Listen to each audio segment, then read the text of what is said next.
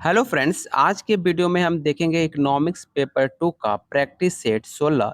इससे पहले हमने 15 प्रैक्टिस सेट कर रखा है जो आपके बीपीएससी टीचर 2.0 के लिए काफ़ी ज़्यादा महत्वपूर्ण है।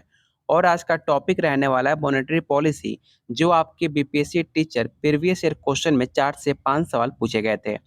और फिर से एक बार भारी डिमांड पर बिहार स्टेट 2023 की तरह बीपीएससी टीचर 2.0 के लिए सिर्फ आपको 101 रुपये में आपको 25 से ज़्यादा टॉपिक वाइज आपको प्रैक्टिस सेट दिया जा रहा है, जो आपके बाइलिंगुअल होगा, इंग्लिश और हिंदी में दोनों मिलेगा। लेने के लिए आप कमेंट कर सकते हैं। चलिए शुरू करते हैं आज का पहला क्वेश्चन।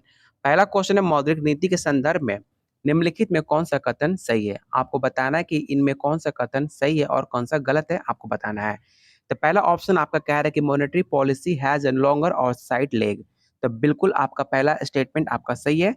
और दूसरा ऑप्शन कह रहा है कि monetary policy has a shorter inside leg. ये भी कथन आपका बिल्कुल सही है। तो इसका राइट आंसर ऑप्शन आपका सी हो जाएगा। और ये सवाल आप देख सकते हैं, ये सवाल आपका यूपी पीसीएस जीडीसी 2021 में पूछा हुआ सवाल है और आपके एग्जाम के पॉइंट ऑफ व्यू से काफी ज्यादा इंपॉर्टेंट है, क्योंकि आपके एग्जाम में मॉनेटरी पॉलिसी से 3 से 4 सवाल पूछे गए थे। तो उम्मीद की जा रही है कि आने वाले पेपर में आपका ये सवाल देखने को जरूर मिल सकता है। अगला क्वेश्चन है, बैंक दर के बारे में निम्नलिखित में कौन सा कथन सही है। आपको बताना है कि इनमें से कौन सा आंसर आपका राइट आंसर होगा। तो जो आपका पहला ऑप्शन है, बैंक दर साख नियंत्रण का एक प्रत्यक्ष उपकरण माना जाता है, बिल्कुल आपका कथन सही है। और आपसे सही पूछा गया तो इसका राइट आंसर ऑप्शन आपका ए हो जाएगा। और ये सवाल देख सकते हैं, आपका एनटीए यूजीसी नेट जीआरएफ 2021 का पूछा हुआ सवाल है, जो आपका पेपर 2 पीजीटी के लेवल से सवाल पूछा जाता है। और ये जितने सवाल आपको कराया जा रहा है, सारे सवाल आपके टीचिंग एग्जाम से रिलेटेड है। तो ऑप्शन ए आपका राइट आंसर हो जाएगा, इसे आप जरूर याद रखिएगा। क्वेश्चन थर्ड कह रहा है कि मुद्रा आपूर्ति और नामिक चरों के परिवर्तन से वास्तविक चरों की स्वतंत्रता में निम्नलिखित में क्या कहा जाता है। तो इसका राइट आंसर ऑप्शन आपका ए हो जाएगा, उसे आप क्लासिकल द्विविभाजन के नाम से जानते हैं। तो ऑप्शन आपका ए राइट आंसर हो जाएगा। और यहाँ पर देख सकते हैं, यहाँ पर लिखा हुआ है मुद्रा आपूर्ति और नामिक चरों में परिवर्तन में वास्तविक चरों का स्वतंत्रता में क्लासिकल द्विविभाजन कहा जाता है। द्विविभाजन का अर्थ होता है सापेक्ष कीमत स्तर को वस्तुओं की मांग का पूर्ति निर्धारित करती है। याद रखिएगा, इसका राइट आंसर ऑप्शन आपका ए हो जाएगा। क्वेश्चन 4 कह रहा है कि एक प्रतिवादात्मक मौद्रिक राजकोषीय नीति एक अच्छा रास्ता कौन सा माना जाता है। याद रखिएगा, इसका राइट आंसर ऑप्शन आपका डी हो जाएगा। Any sort of inflation that occurs when the economy is before full employment आपका राइट आंसर होगा, जिसका मतलब होता है अर्थव्यवस्था के पूर्ण रोजगार के नीचे रहने के सिचुएशन में होने वाली किसी भी स्थिति से निपटने का। ऑप्शन डी आपका राइट आंसर हो जाएगा। और इस सवाल आपका यूपी प्रोफेसर 2021 का पूछा हुआ सवाल है, जो आपके पीजीटी में काफी ज्यादा चांसेस है कि सवाल आप एग्जाम में देखने को जरूर मिलेगा। क्वेश्चन 5 आपके एग्जाम के पॉइंट ऑफ व्यू से काफी इंपॉर्टेंट सवाल है। और आपको बताना है कि बेसल मानक संबंधित किससे है। अगर आपने 12 में इकोनॉमिक्स पढ़ा होगा, तो आपको देखने को आपने पढ़ा होगा बेसल मानक संबंधित क्या होता है। याद रखिएगा, बेसल मानक संबंधित आपका बैंकिंग क्षेत्र का एक हिस्सा माना जाता है। ऑप्शन ए आपका राइट आंसर हो जाएगा। क्वेश्चन 6 कह रहा है कि बेसल समझौता किससे संबंधित है। फिर से आपसे सवाल देख सकते हैं, पीजीटी में पूछा गया है। और मैंने अभी कहा कि आपने अगर 12 में इकोनॉमिक्स पढ़ा होगा, तो आपको बेसल समझौता आपको पढ़ाया गया होगा। और बेसल समझौता क्या होता है, आपको यही बताना है। याद रखिएगा, बेसल समझौता अभी मैंने बताया कि बैंकिंग क्षेत्र से माना जाता है। तो ऑप्शन बी आपका राइट आंसर होगा। बिल्कुल भी इसमें कंफ्यूजन आपको नहीं होना चाहिए। क्वेश्चन 7 कह रहा है कि CRISIL और ICRA और CIBIL क्या होता है। काफी इंपॉर्टेंट सवाल है। और ये करंट में बात की जाए तो सवाल आपका यूपी पीजीटी 2021 में पूछा हुआ सवाल है। और ये सवाल आपका DSSP 2018 में भी पूछा गया था। तो इसका राइट आंसर ऑप्शन आपका बी हो जाएगा। इंडियन क्रेडिट रेटिंग एजेंसी आपका होता है फुल फॉर्म। तो ऑप्शन आपका बी राइट आंसर हो जाएगा।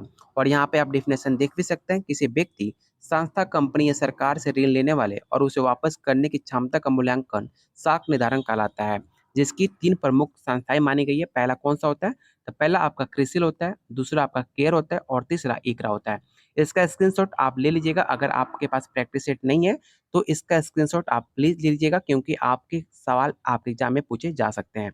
तो ऑप्शन आपका बी राइट आंसर हो जाएगा। अगला क्वेश्चन कह रहा है, किस अर्थशास्त्री का विचार था कि बैंक दर में परिवर्तन ब्याज की अल्पकालीन दरों और कार्यशील पूंजी के माध्यम से अर्थव्यवस्था पर प्रभाव डालता है। काफी इंपॉर्टेंट कथन है। और आपको बताना है इसका राइट आंसर क्या होगा। याद रखिएगा, ये कथन आपके हटरे द्वारा कही गई थी। और इस सवाल आपका करंट में पूछा गया था यूपी में। और इसका राइट आंसर ऑप्शन आपका सी हो जाएगा। बात की जाए अर्थशास्त्री बैंक दर को लेकर, तो आपके ऐसे सवाल आपके एग्जाम में जरूर पूछे जाते हैं। इस सवाल को आप जरूर याद रखिएगा। तो ऑप्शन आपका सी राइट आंसर हो जाएगा, 100। क्वेश्चन 9 कह रहा है कि मौद्रिक नीति का कौन सा उद्देश्य नहीं है। काफी इंपॉर्टेंट सवाल है। और जितने सारे सवाल आपको कराया जा रहा है इस मॉनेटरी पॉलिसी से, सारे सवाल आपके एग्जाम के दृष्टिकोण से काफी ज्यादा महत्वपूर्ण है। इसलिए मैं बार बार कह रहा हूँ कि सिर्फ आपको 1 रुपए में आपको 25 से ज्यादा प्रैक्टिस सेट आपको दिया जा रहा है, वो भी टॉपिक वाइज, जो आपके एग्जाम में काफी ज्यादा हेल्पफुल होगा। और जितने क्लासेस आपके यूट्यूब पे कराए जाएंगे आपके एग्जाम तक, सारे प्रैक्टिस सेट आपको फ्री में दिया जाएगा। अप्रॉक्स आपको बात की जाए 101 में 101 रुपए में आपको टोटल 50 प्रैक्टिस सेट मिल जाएंगे आपके एग्जाम आते आते हैं, जो आपको कहीं ऐसा ऑफर नहीं मिलेगा। कोई भी आपको प्रॉब्लम हो आप मुझसे बात भी कर सकते हो। सारी सुविधा आपको सिर्फ 101 रुपए में दिया जा रहा है। लेने के लिए आप कमेंट कर सकते हैं और वीडियो को जरूर शेयर कीजिएगा अपने दोस्तों के साथ। और सिर्फ एक लाइक करना है, बिल्कुल भी आपको पैसा, आपको लाइक और शेयर करने में बिल्कुल पैसा नहीं लगेगा। प्लीज आप लोगों से रिक्वेस्ट है, जितना हो सके वीडियो को शेयर कीजिए और अपने दोस्तों के साथ वीडियो को ग्रुप्स में फ्रेंड के साथ शेयर कीजिए और लाइक करना बिल्कुल मत भूलिएगा। क्वेश्चन 9 कह रहा है कि मौद्रिक नीति का कौन सा उद्देश्य नहीं है। इसका राइट आंसर ऑप्शन आपका डी हो जाएगा। मौद्रिक नीति का उद्देश्य आपका बहुत सारे माने जाते हैं, जैसे आपका विनिमय दर में स्थिरता बनाए रखना, मुद्रा की तटस्थता, ऑप्शन तीसरा आपका मूल्य स्थिरता। यहाँ पे इसका स्क्रीनशॉट आप जरूर लीजिएगा अगर आपके पास प्रैक्टिस सेट नहीं है तो। क्वेश्चन 10 कह रहा है कि भारत में मौद्रिक नीति का निम्नलिखित में कौन सा एक उद्देश्य नहीं माना जाता है। तो जो आपका विदेशी व्यापार का विनियमित करना आपके भारत के मौद्रिक नीति में शामिल नहीं है। इसका राइट आंसर ऑप्शन आपका सी हो जाएगा। क्वेश्चन 11 कह रहा है कि निम्नलिखित कथनों पर विचार कीजिए, मतलब आपको इनमें कथनों पर आपको विचार करना है। जो भारत की मौद्रिक नीति का उद्देश्य कौन कौन सा है आपको बताना है। तो पहला आपका मुद्रा का नियंत्रित विस्तार, बिल्कुल सही है। और दूसरा आपका मूल्य स्थिरता, अभी मैंने पहले क्वेश्चन में बताया था कि मूल्य स्थिरता और मूल्य का नियंत्रित विस्तार आपको दोनों शामिल है भारत के मौद्रिक नीति में। और आपका चौथा हो जाएगा असंतुलित विकास। तो आपका 1 2 4 आपका, सॉरी 1 2 3 आपका राइट आंसर हो जाएगा। जो अगर यहाँ पे हम, मुझे लगा संतुलित विकास है, यहाँ पे असंतुलित विकास है। जो असंतुलित विकास आपके भारत की मौद्रिक नीति में शामिल नहीं है। इसका राइट आंसर ऑप्शन आपका सी हो जाएगा। क्वेश्चन 12 कह रहा है कि निम्नलिखित में कौन सा गुणात्मक साख नियंत्रण का विधि नहीं माना जाता है। साख का नियंत्रण, प्रत्यक्ष कार्यवाही, या ऑप्शन सी है नैतिक दबाव, या ऑप्शन डी है ओपन मार्केट ऑपरेशन। इसका राइट आंसर ऑप्शन आपका डी हो जाएगा। जो आपका ओपन मार्केट ऑपरेशन होता है, खुले बाजार की क्रियाएं, वो आपका गुणात्मक साख नियंत्रण में विधि नहीं माना जाता है। तो ऑप्शन डी आपका राइट आंसर हो जाएगा। इसे आप जरूर याद रखिएगा। और यहाँ पे दिया गया है गुणात्मक जो साख नियंत्रण की विधियां कौन कौन से होते हैं, तो इसका स्क्रीनशॉट आप जरूर लीजिएगा। टोटल आपके 8 होते हैं जो आपके गुणात्मक सांख नियंत्रण में विधियां मानी गई हैं। तो ऑप्शन आपका डी राइट आंसर हो जाएगा, ओपन मार्केट ऑपरेशन, जो आपका नहीं है। क्वेश्चन 13 कह रहा है कि निम्न में किसकी गणना उच्च शक्तिशाली मुद्रा के अंतर्गत नहीं की जाती है। फिर से आपको बताना है इसमें नहीं की जाती है। याद रखिएगा, जो आपका डिमांड्स होता है, डिमांड डिपॉजिट, उसका आपका शामिल नहीं होता है उच्च शक्तिशाली मुद्रा के अंतर्गत। इसे आप जरूर याद रखिएगा। गलती से आप other deposit of RBI tick out मत कीजिएगा, बहुत बच्चे गलती क्या करते हैं। तो इसका आंसर आप 1 होगा, आपका ऑप्शन ए आपका राइट आंसर होगा। केवल आपका डिमांड्स डिपॉजिट आपका राइट आंसर होगा। और ये सवाल देख सकते हैं, करंट में बात की जाए तो यूपी पीसीएस और आपका डी ट्रिपल एस बी 2020 में पूछा हुआ सवाल है। तो ऑप्शन ए आपका राइट आंसर हो जाएगा। क्वेश्चन 14, आपको स्टेटमेंट और आपका रीजन दिया गया, आपको बताना है कि इसमें कौन सा स्टेटमेंट और कथन आपका सही है और या गलत है। चलिए आपका कथन पढ़ते हैं। कथन है कि मौद्रिक उद्दीपन की नीति से माध्यम से सरकारी व्यय अर्थव्यवस्था में रोजगार तथा आय के स्तर में वृद्धि कर सकता है। और कारण है कि मौद्रिक मौद्रिक उद्दीपन की नीति का गुणवत्ता प्रभाव का काफी प्रभावी देखने को मिलता है। आपको बताना है कि इसका राइट आंसर क्या होगा। तो इसका राइट आंसर ऑप्शन आपका सी होगा। आपका जो अभिकथन है बिल्कुल सही है, लेकिन जो आपका कारण दिया गया वो आपका असत्य है। तो ऑप्शन सी आपका राइट आंसर हो जाएगा। क्वेश्चन 15 कह रहा है कि केनेशियन अर्थशास्त्र ने मौद्रिक नीति का संरचना प्रक्रिया क्या होगी। इस सवाल आपके एग्जाम के पॉइंट ऑफ व्यू से काफी ज्यादा इंपॉर्टेंट है। ये भी सवाल आपने अगर 12 में पढ़ा होगा इकोनॉमिक्स, तो आपको केनेशियन अर्थशास्त्र पढ़ाया गया होगा। तो और ये सवाल देख सकते हैं, हरियाणा पीजीटी 2020 में पूछा हुआ सवाल है। और आपके बीपीएससी टीचर 2023 में काफी ज्यादा चांसेस है कि सवाल आपको देखने को मिले। याद रखिएगा, जो आपका रेट ऑफ इंटरेस्ट होता है, किन्स मानते हैं कि संरचना क्षेत्र आपका जो होता है वो अप्रत्यक्ष होता है, जिसकी अर्थात होता है कि मुद्रा आपूर्ति में परिवर्तन ब्याज दरों का विनिमय दरों में परिवर्तन का माध्यम कुल मांग को प्रभावित करता है। तो ऑप्शन ए आपका राइट आंसर हो जाएगा, रेट ऑफ इंटरेस्ट। क्वेश्चन 16 कह रहा है कि निम्न में कौन सा किसी विशेष वस्तु या उद्योग के लिए साख को नियंत्रित करता है। बैंक दर या जो आपका मार्जिन दर या ओपन मार्केट ऑपरेशन या ऑप्शन डी है सेलेक्टिव क्रेडिट कंट्रोल। ये भी सवाल आप देख सकते हैं हरियाणा पीजीटी में पूछा हुआ सवाल है और आपके एग्जाम के पॉइंट ऑफ व्यू से काफी ज्यादा महत्वपूर्ण है और इसका राइट आंसर हो जाएगा ऑप्शन डी चयनित साख नियंत्रण सेलेक्टिव क्रेडिट कंट्रोल आपका राइट आंसर होगा ऑप्शन डी।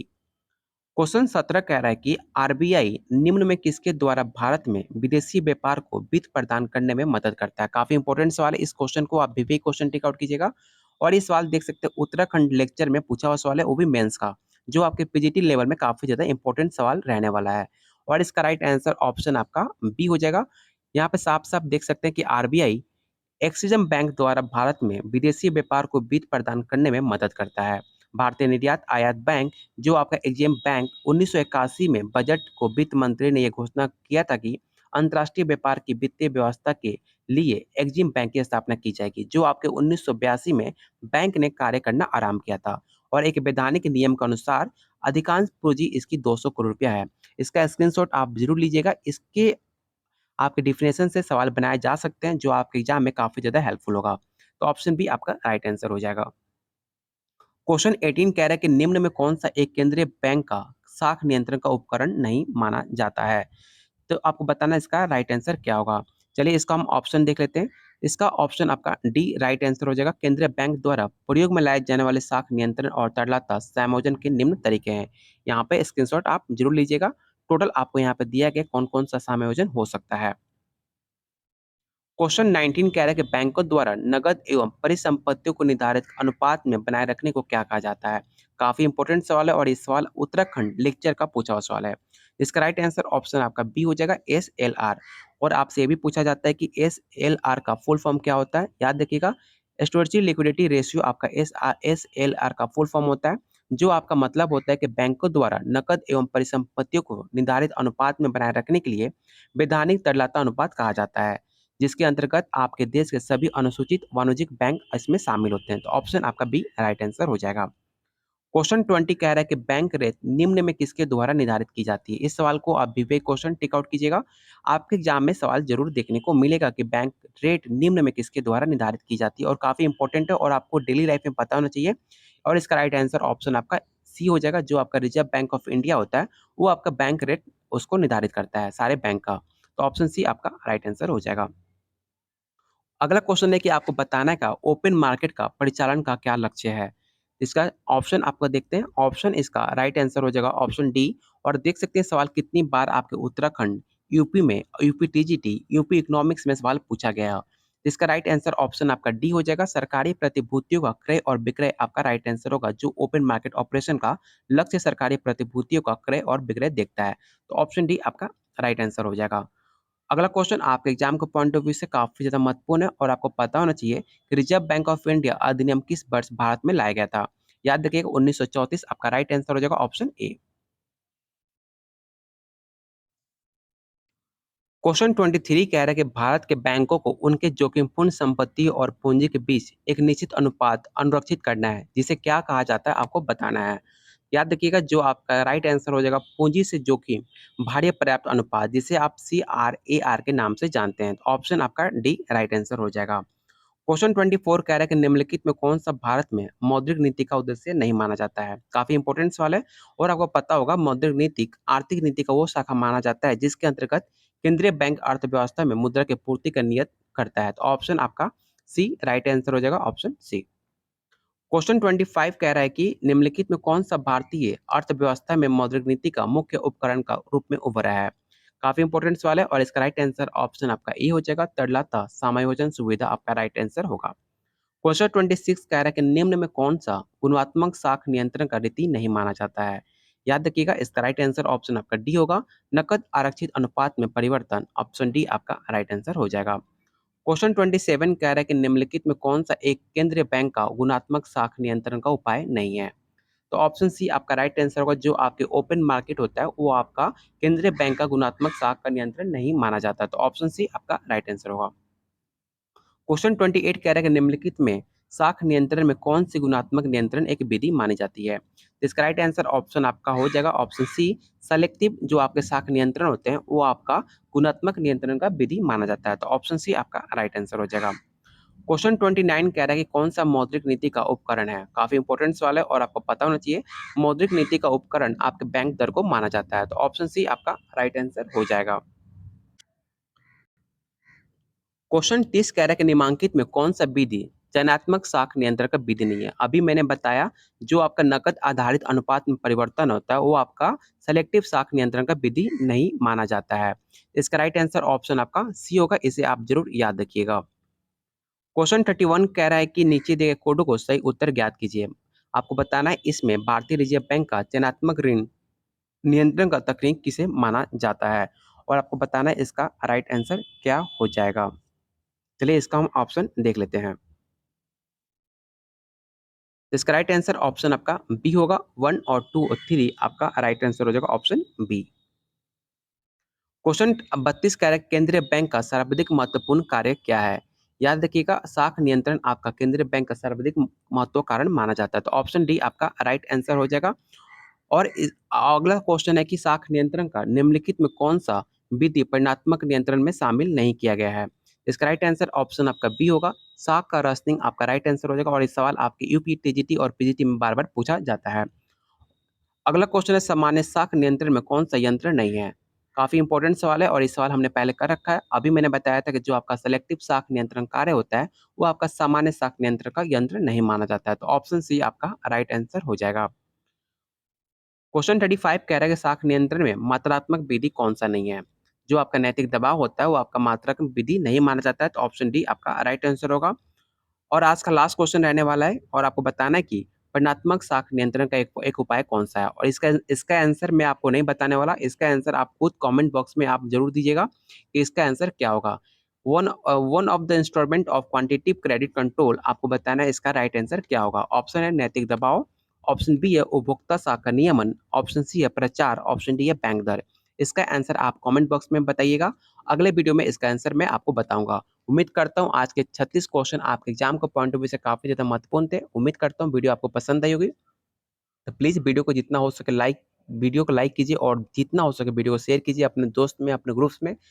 क्योंकि आप लोग के लिए इतनी मेहनत की जाती है, प्लीज आप लोगों का बस एक रिक्वेस्ट है कि जितना हो सके वीडियो को शेयर कीजिए। और जिन्हें प्रैक्टिस सेट चाहिए सिर्फ 101 रुपये में आपको 25 से ज्यादा प्रैक्टिस सेट मिलेगा। और जब तक आपका एग्जाम नहीं हो जाता जितने क्लास आपके यूट्यूब पे कराए जाएंगे सारे पीडीएफ आपको फ्री मिलेंगे, वो भी आपको टॉपिक वाइज। लेने के लिए आप कमेंट जरूर कीजिएगा। चलिए बहुत जल्द मिलते हैं अगले क्लास में।